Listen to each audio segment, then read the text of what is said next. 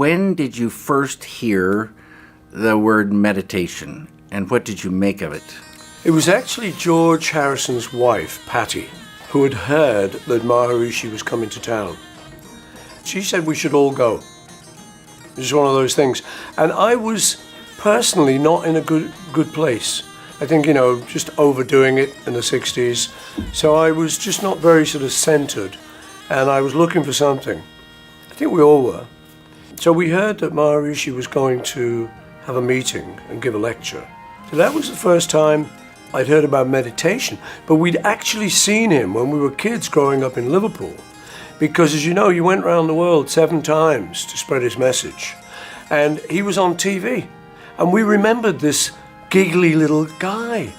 And we thought we loved him. Mm-hmm. We just said, he's so cool, And he was just on TV and he was giving an interview and he would giggle, that fabulous laugh of his. Mm-hmm. And he was very entertaining and very attractive. So we all said, that's that guy. But then I say, he was giving a lecture. We all went along to listen. It seemed like something that was worth trying. He made it seem simple.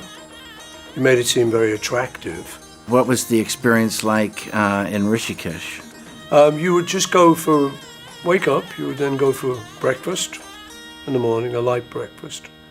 You just socialize a bit with the other members and just get to know each other. And then you would go back for your morning meditation.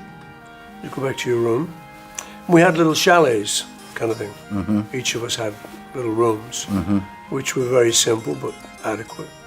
And you would just sit and you would meditate. Uh-huh. And in the times when we weren't meditating, we had our guitars with us. Right. So we would do quite a little bit of writing. It was inspirational.